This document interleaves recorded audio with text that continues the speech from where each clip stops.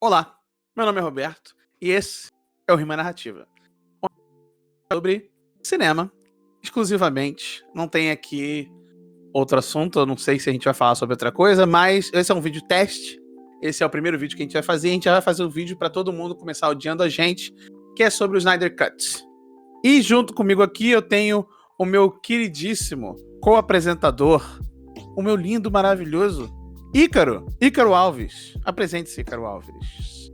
Bom dia, boa tarde, ou quem sabe boa noite, para você que está aí nos assistindo e nos ouvindo. Hoje será a estreia. É um vídeo, eu chamaria piloto, Roberto? Também chamaria de piloto. Então, um vídeo piloto. E vamos começar da melhor forma possível. Ou será que pior forma possível? Vamos falar hoje de Snyder Cut.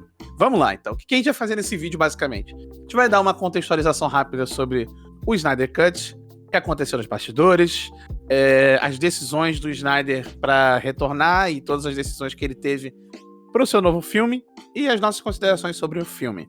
Vai falando um pouquinho dos bastidores, eu vou dando os meus apontamentos sobre cada detalhe. Um homem que aponta. Muito bem. Então, começa tudo em 2017. 2017 não, foi um pouco antes de 2017, quando pra quem...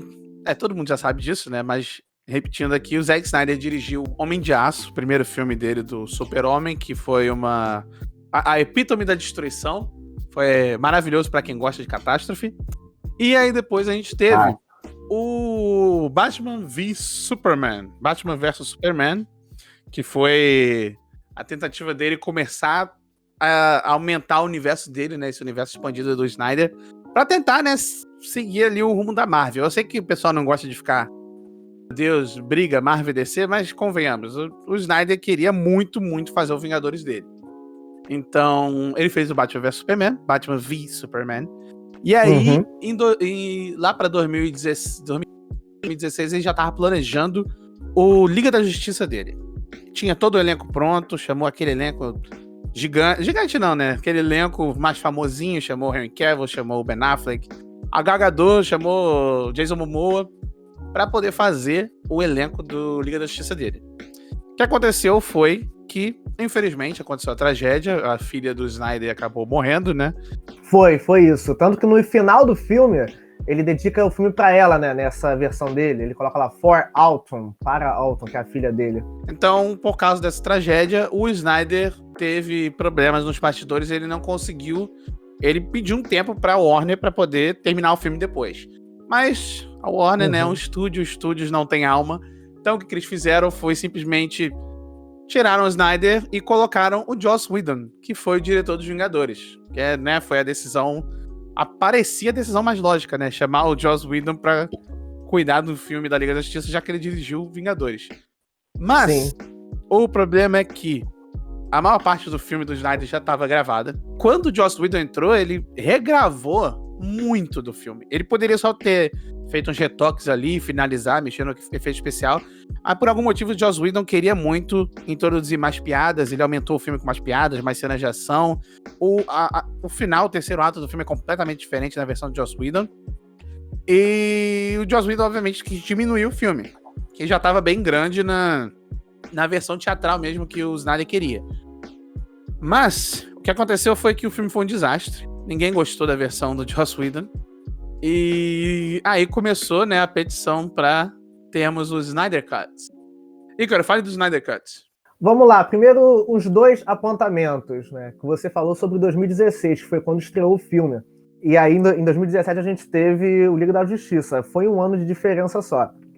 E é interessante que 2016, né, fazendo esse comparativo com Marvel, não só essas franquias, mas outras, né, tentaram seguir esse hype de amigos brigando, vamos colocar assim.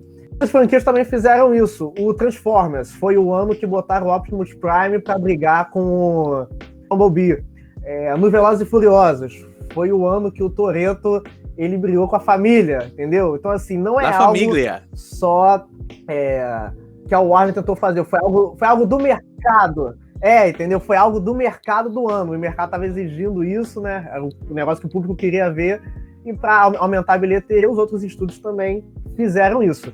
Agora, com as regravações, né, já propriamente falando do Snyder Cut, o orçamento para fazer essas regravações foi mais ou menos 100 milhões de dólares.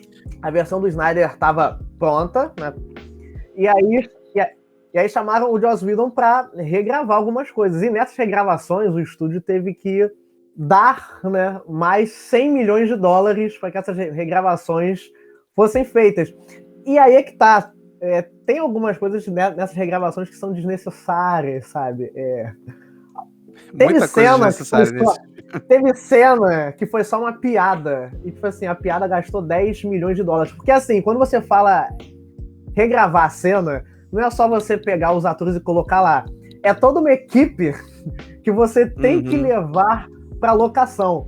E a locação, o próprio nome diz, você aluga aquele lugar. Ou seja, é dinheiro com espaço, é dinheiro com a equipe de iluminação, é o pessoal da maquiagem que você tem que levar, sem contar o próprio cachê dos atores, porque se você pega um Henry Cavill da vida e uma Amy Adams naquela cena que eles estão na fazenda, pô, são atores de um calibre altíssimo, né, e o valor deles é absurdo, é lá em cima, né, Amy Adams ainda mais do que Henry Cavill, mesmo sendo uma ponta.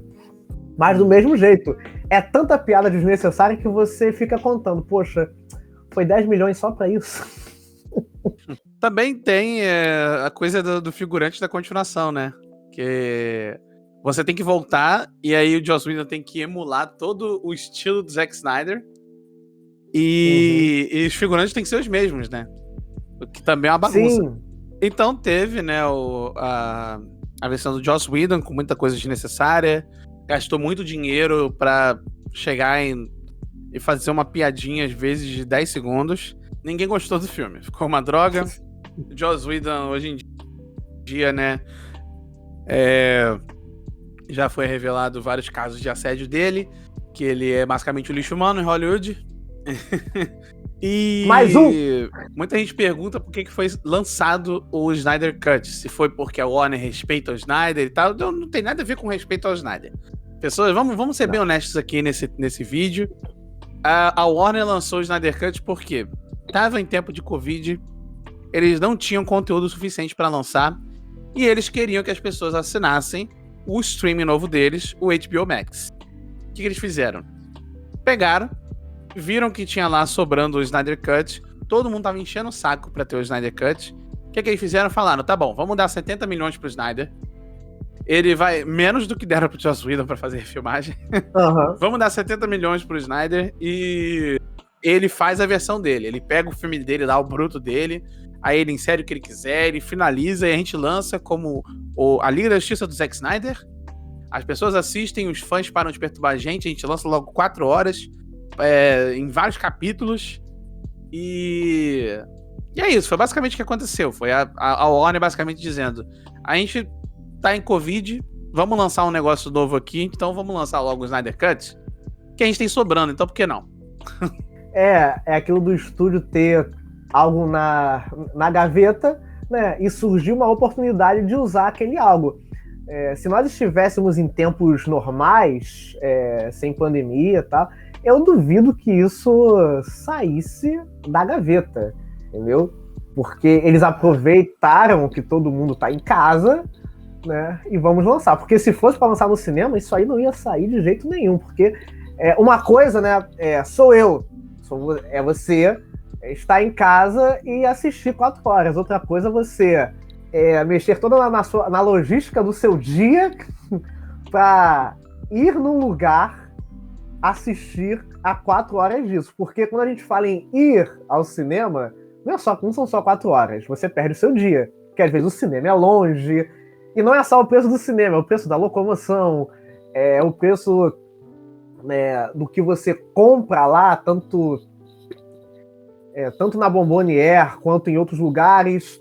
Hoje hoje em dia é impossível no cinema.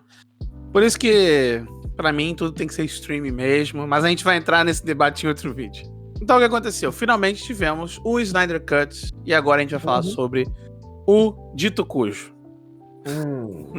Vamos lá, Ícaro, quais são as considerações O filme melhorou ou piorou pra você? Tá melhor que a versão de 2017 ou não?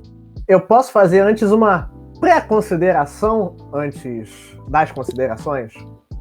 Claro. Os filmes e suas partes são literalmente o meme do Peter Griffin, do Family Guy.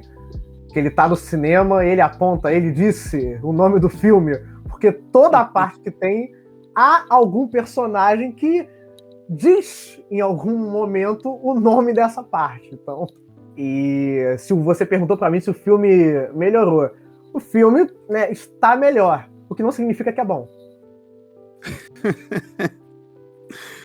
Eu também acho que melhorou bastante. Acho que tem muito. Minha opinião é um pouco complexa. Diz pra mim primeiro qual é a sua opinião geral sobre o filme. Tá, o que vamos você lá. achou que funcionou, o que não funcionou pra você? Tá. Pra mim, vamos falar primeiro sobre a teoria do autor. Né? A teoria do autor, ela diz o seguinte: no geral, essa teoria fala que você tem uma visão.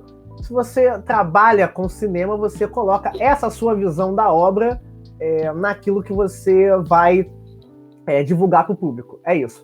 Por que a gente considera o filme de 2017 uma bagunça? Porque tiveram duas visões. Uma visão do Snyder e uma visão do Joss. Então, assim, são duas visões que não se casam. Uma tem mais piada, outra é mais sombria. Então, assim, como é que você mantém esse equilíbrio? Não tem como. Por isso que essa versão, levando em consideração essa teoria do autor, por isso que essa versão que saiu agora é melhor. Agora, o que a gente tem que levar em consideração é o seguinte: nós temos a teoria do autor, a visão de uma pessoa para uma determinada obra. Agora, nós estamos falando de um universo cinematográfico. A gente tem no filme, né? Vamos falar um pouco do arco do Aquaman. Você viu o filme do Aquaman, não viu, Roberto? Eu vi todos os filmes do DCU. Ah, tá. Pra mim só falta Mulher Maravilha 1984. Esse ainda eu não consegui ver. Então, no Snyder Cut, você tem as cenas debaixo do mar.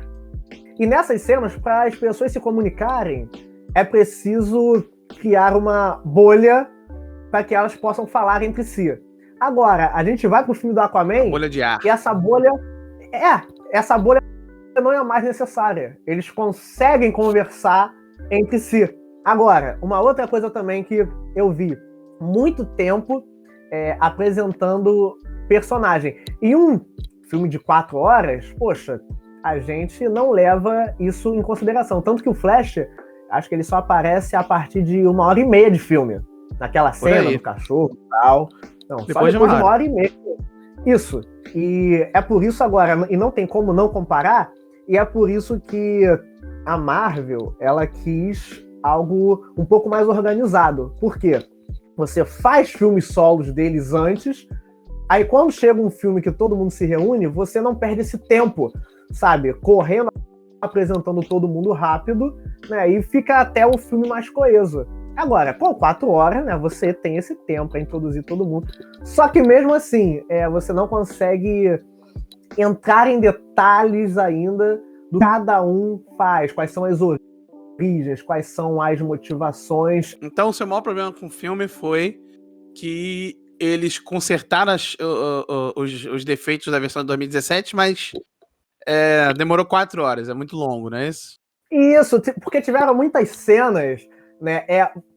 Uma pessoa que está na sala de montagem vê umas coisas e fala assim, poxa, eu posso retirar isso. Aquela cena das Amazonas tacando a flecha, aquilo ali tudo, né, para um montador experiente profissional, ia tirar aquilo.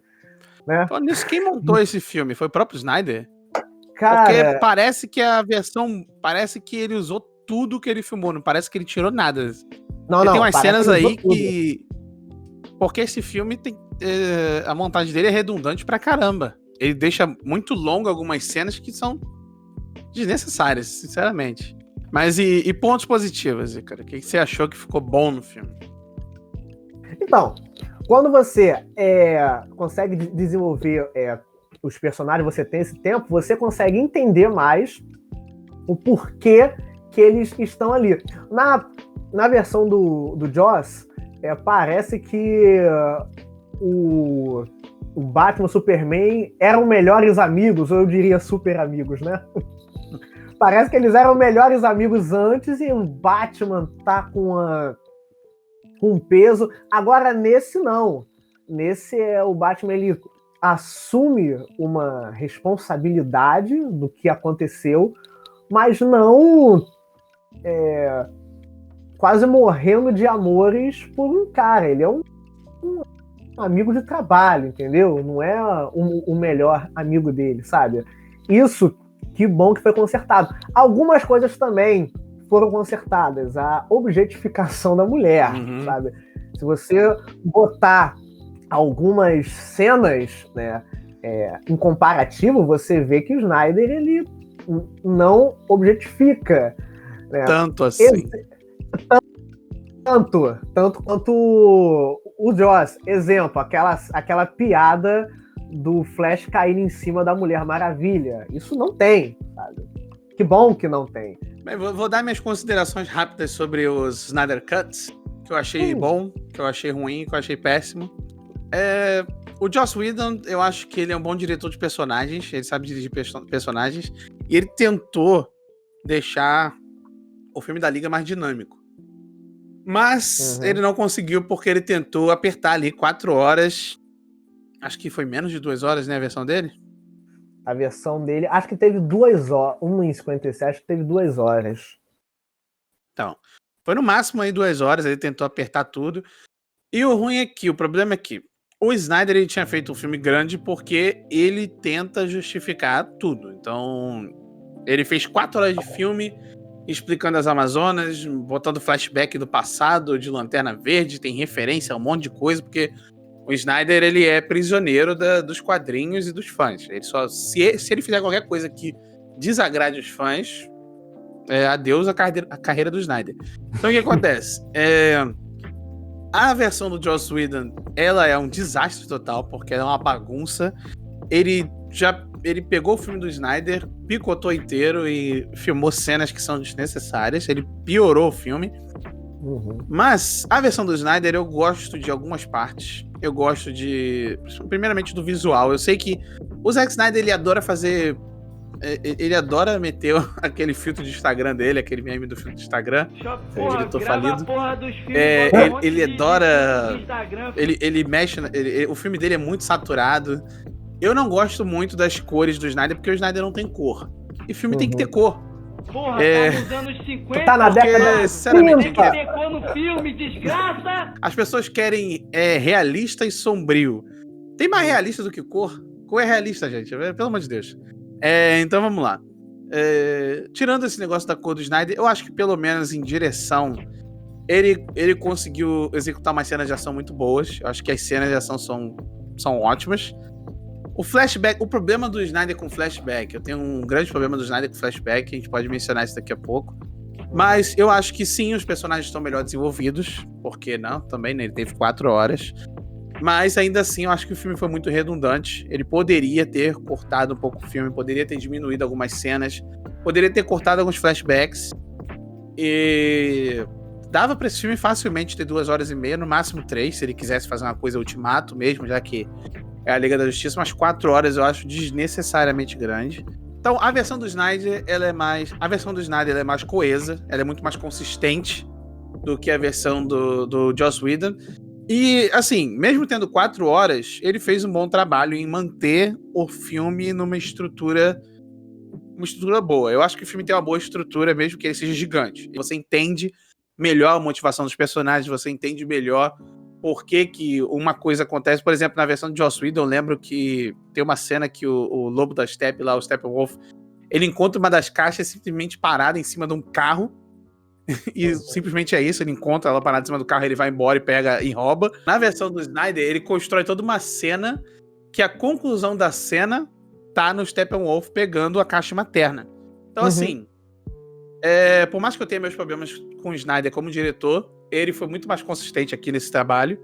Eu acho que ele fez melhor do que ele fez, por exemplo, em Homem de Aço e Batman v Superman. Eu acho que Batman v Superman foi o trabalho mais fraco deles nesse mundo da DC dele. Mas aí tem os problemas. Eu já elogiei as partes boas, os personagens estão bem desenvolvidos. Eu acho que alguns atores estão bem aqui, estão bem melhores. Alguns outros são péssimos, tipo...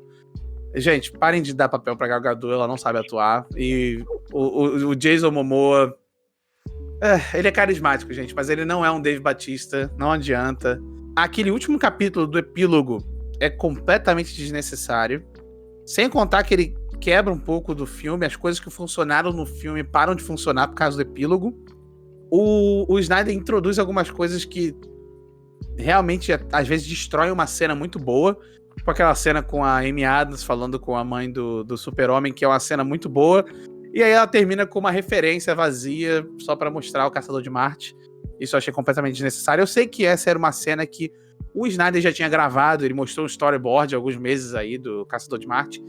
Mas, gente, completamente desnecessário destruir uma cena inteira sobre as duas, uma interação bem bonita entre as duas, só pra fazer uma referência vazia pros fãs. É isso que eu falo, essa coisa dele ser escravo dos fãs, da referência, acaba quebrando o filme dele. Esse epílogo no final, sinceramente, tirou parte da graça do filme, porque é um compilado de cenas completamente desconexas de coisas futuras que o Snyder quer fazer e pode acontecer. Parece uma grande promessa dele dizendo, olha, se você me contratar de novo, Warner, vai ser isso aí. Mas, sabe, ficou um pitch, uma proposta gigante no final do filme, completamente fora de lugar. O Steppenwolf ainda é um vilão desnecessário, ele é muito, muito sem motivação. A motivação dele no filme é basicamente, eu quero voltar pra casa. A gente entende, né, que ele tem que trabalhar pro Darkseid, ele deve ter feito alguma besteira pro Darkseid, agora tem que fazer o favor pro Darkseid. Ótimo, isso não é uma motivação boa o suficiente. Ainda assim, pelo menos ele tem uma motivação, mas ela é ruim. Os efeitos visuais, gente, me desculpa, o pessoal gosta, mas os efeitos visuais desse filme não são legais. Assim, quando eu falo efeitos visuais, eu falo do Darkseid, por exemplo, do Steppenwolf. As sequências de ação, por exemplo, do Flash, eu acho que todas as cenas do Flash são muito bem feitas. O efeito especial, a direção, o ator, o Ezra Miller, ele é um bom ator, então eu gostei de todas essas cenas, principalmente aquela cena final lá do Flash, que eu adorei. É isso, ainda é um filme muito bagunçado. Ele é melhor do que a versão de 2017, mas ainda é um filme cheio de defeitos que... Gente, em 4 horas tem mais chance ainda de você encontrar defeitos. Era melhor ele ter cortado esse filme, editado, montado melhor, que aí teria como ele tirar essas coisas desnecessárias, sabe? Principalmente esse epílogo aí que realmente me incomodou. E o uso de música do Snyder ainda me incomoda um pouco também, porque ele usa músicas que, na maioria das vezes, o significado original da música não tem nada a ver com a cena do filme. E sem contar também que o Snyder tem uma mania de repetir músicas que qualquer coisa, a música tem que ter uma temática religiosa. Porque pro Snyder, os super-heróis são deuses que estão acima dos seres humanos e você tem que tratar eles como uma coisa pura e suprema e sublime, e você não pode falar mal deles. Então toda vez que você vê o Super-Homem voando, tem que tocar uma música do Leonard Cohen, tem que tocar um Nick Cave, alguma coisa sagrada, com piano, órgãos tocando. Eu, sinceramente, é muito preguiçoso isso. Isso é muito uma tentativa dele de mostrar uma coisa divina que não funciona pra mim. Mas é isso, eu gostei da direção dele nesse filme, achei ela mais consistente. Em questão narrativa, eu ainda acho que a narrativa visual do Snyder é muito fraca. Você falou aí, né, sobre que o Snyder trata os heróis como se fossem deuses, correto? Aham. Então, que é uma diferença entre o Joss e o Snyder. Se você pega os filmes do Joss, vamos colocar aqui, Vingadores 1, 2 e o próprio Liga, quando ele pegou. No Vingadores 1 você tem a câmera mostrando as pessoas que estão sofrendo com Nova York. No Vingadores 2 você tem... tanto na metade do filme, né, com aquelas pessoas que estão no prédio, quanto as outras que estão na cidade. Você vê que tem uma preocupação do Joss com as pessoas que estão ali sofrendo. E quando você vai pra Liga da Justiça, ele introduz uma família no final do filme que tá ali perto de tudo que tá acontecendo. Você lembra disso? Da família russa? Aham. Então, e há uma diferença do Joss, né, da versão do Joss para a versão do Snyder, e como que o Snyder ele consegue utilizar melhor o Flash. Porque você pega a visão do Joss, tem uma família ali, né, e aí o que ele faz? O Flash vai lá e salva uma família. Aí o Superman ele vem e ele traz na mão dele o prédio todo. Então, assim, aquilo que o Flash fez foi em vão. Que o Superman poderia ter salvo. Agora, você vem para a versão do Snyder. Nessa versão do Snyder, você tem realmente o Flash salvando tudo no final. Isso é uma coisa também que vem dos quadrinhos, né? Que eu sei que tem muito fã que fala, no quadrinho é assim, no quadrinho é assado, mas assim, a coisa que os fãs têm que aprender é que a adaptação não tem que ser fiel ao quadrinho. O nome é adaptação por causa disso. Ele vai adaptar o material. Ele vai pegar o material e fazer do jeito dele. Ele vai mudar pro formato. Então, assim, tem uma coisa que é bem comum também nos quadrinhos, que na DC, os heróis têm essa coisa, né? Eles são sempre supremos, deuses e tal, são representados mais como deuses.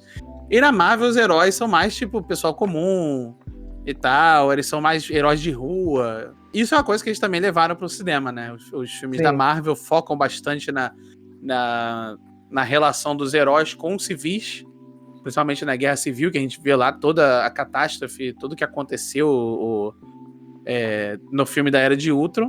E nos filmes do Snyder, basicamente, não tem consequência pra destruição, né? Você vê o Homem de Aço, ele destrói uma cidade inteira e não é termina com ele beijando a Lois, abraçando a Lois no final, e o público só fica, olha só, o Superman ganhou daquele um cara, valeu a pena toda a destruição e todas as mortes, porque aquele um cara foi derrotado. Tem uma cena aqui também no Snyder Cut que, meu Deus, é desnecessária.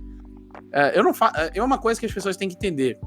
Se eu digo que uma cena é desnecessária, eu não tô dizendo que a cena é feia visualmente, eu não tô dizendo que ela não combina com a temática do filme. Porque combina muito, porque pro Snyder, o Snyder ele é meio sádico às vezes, ele não se importa com casualidade, ele só se importa que o super-herói ganhe do vilão no final. O que acontece no caminho não importa pro Snyder. Então aquela cena que a Mulher Maravilha tenta salvar o banco. Então, ele quer... o cara tem um plano de explodir tipo um quarteirão, e aí a Mulher Maravilha aparece e derrota ele e tal. Ela é mais rápida do que a bala, ela consegue desviar todas as balas, consegue acertar todos os caras. Só que no finalzinho ali, ao invés dela derrotar o cara normalmente, ela explode a parede do banco inteiro. A explosão vai pro lado de fora, amassa carro, cai coisa em cima dos outros. A gente não vê o ponto de vista do civil. A gente vê ali uns policiais e tal, mas a gente não vê o civil sofrendo com a destruição. Aí corta pra Mulher Maravilha, pra menininha. E a menininha falando que quer ser igual a ela quando crescer. Só que a Mulher Maravilha lá, cheio de sangue espalhado pela sala, destruiu o banco inteiro. Assim, você quer mostrar a Mulher Maravilha sendo heroína? Ótimo, ela foi heroína no começo. No final, ela começou a destruir tudo. E, gente, o jeito que ela derrota os caras, às vezes tem uma coisa também que o Snyder gosta. Toda vez que ele adora jogar pessoas na parede e fazer a mancha de sangue. Primeiro que não é daquele jeito exatamente que acontecem as coisas. Segundo que o Snyder, ele adora mostrar sangue porque tem aquela coisa, né?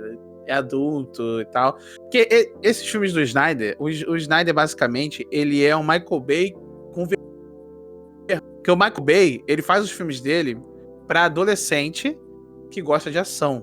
Só que o Michael Bay fala, eu admito, eu faço filme pra adolescente que gosta de ação, eu não tenho vergonha nenhuma disso, porque eu gosto, meu cinema é esse, e dane-se. Eu respeito o Michael Bay por causa disso. Tem que contar que eu também... a gente vai entrar nesse assunto depois sobre Michael Bay em outro vídeo, se quiser. Mas o Snyder, ele faz essa coisa, né? Ele é aquela pessoa que fala... lembra quando o quadrinho não era legal? Antigamente, quando você lia quadrinho, aí pra você fazer a pessoa levar a sério o que você tá falando, você fala, não, mas tem violência, mas o pessoal se mata, mas tem morte, e não sei o que, é sangrento, e é realista. Aí você fica, parece aquela pessoa, já parece aquela pessoa que ele cresceu lendo quadrinho, mas até hoje ele não percebeu que o quadrinho já é uma coisa popular. É um esforço extra desnecessário que ele tá fazendo. Ele podia focar só na ação, foca ali na ação, na execução da cena, na Mulher Maravilha derrotando o cara. Você não precisa se esforçar pra fazer uma mancha de sangue na parede, sabe? Essas coisas que são desnecessárias, sabe? Então, é isso. Eu acho que o Snyder tem um esforço de novo, né? Voltando, né? É escravo do formato. Do formato que ele mesmo criou. Então, esse é o meu maior problema com o Snyder como diretor. Não é um problema que eu tenho com o Snyder Cut. E a Mulher Maravilha traumatizou as crianças, né? Porque não é todo dia que você vê alguém sendo explodido na sua frente. Não, assim, o Super-Homem causou mais estrago do que essa bomba no primeiro filme dele. Porra. Então, é meio engraçado quando o Snyder faz uma cena assim, tipo, o risco da cena, a tensão é, vamos explodir um quarteirão. Aí você pensa, peraí, você já não explodiu uma cidade inteira? E um dos problemas do Snyder é ele querer colocar em um filme só diversas sagas das HQs, sabe? Então, assim, teve morte e ressurreição do Superman, ele queria colocar o Injustice, queria colocar o Flashpoint, sabe? Então, assim, é muita coisa. E quando tem muita coisa, você não dá conta de tudo, mesmo utilizando 4 horas, entendeu? Sobre os outros personagens, eu acho que, finalmente, o Batman do o Batman do Ben Affleck aqui tá bem mais carismático do que os outros filmes, porque nos outros filmes ele tá bem antipático. Ele só fica com aquela cara de triste e resmungão. Nesse filme ele tá mais charmoso, ele tem umas cenas com a Gal Gadot que são bem legais. E é uma pena que é com a Gal Gadot, né? Porque a Gal Gadot, desculpa, gente, Gal Gadot não é uma boa atriz. As cenas dela tentando, aquela cena dela tentando entregar o flashback é triste ouvir ela narrando. Ela e o Jason Momoa é aquela coisa. Os dois não são muito bons atores, mas o Jason Momoa é bem carismático. E ela também, nas cenas de ação, ela também é bem legal também, ela é bem carismática também. Mas, assim, Mulher Maravilha nesse filme continua com aquela motivação, né, Motivação não, né? Continua aquela coisa, aquele mesmo drama que ela ainda não esqueceu, o Steve Trevor, sendo que ela já tá quase 100 anos aí sem ele, e toda vez ela não pode ver um avião. Ela vê um avião, ela fala, eu conhecia uma pessoa que adoraria esse avião. Ela não pode ver nada. Tem uma criança com um avião brincando na rua, ela começa a chorar no meio da rua. Então, assim, calma, né? O ruim disso é que ele meio que dá a ideia de que em 100 anos a Mulher Maravilha ficou sozinha, sem mais nenhuma outra relação, nenhum outro relacionamento, não teve nenhum outro namorado, não teve nada. Então, assim, se você fizer qualquer outro filme da Mulher Maravilha no passado, sei lá, agora faz a continuação do segundo filme, faz Mulher Maravilha 1990, ela não vai poder ter um par romântico ali, porque o filme da Liga da Justiça quebrou qualquer chance que ela tivesse disso. Que dá a entender que ela ainda só pensa no Steve Trevor. O Super-Homem nesse filme, acho que ele podia ter... A cena dele de ação é legal, mas Henry Cavill aparece pouco. Acho que poderiam ter colocado talvez até mais flashback do Henry Cavill, já que eles queriam fazer 4 horas de filme. Eles podiam, né, usar algumas cenas lá do Steppenwolf conversando com aquele emissário lá do Darkseid, colocar umas cenas. Poder ver um pouco mais do Super-Homem, ao invés de só o Bruce Wayne falando que ele era a esperança e tal, não sei o quê. O Aquaman é desnecessário nesse filme. Ele não faz nada, ele só é divertido.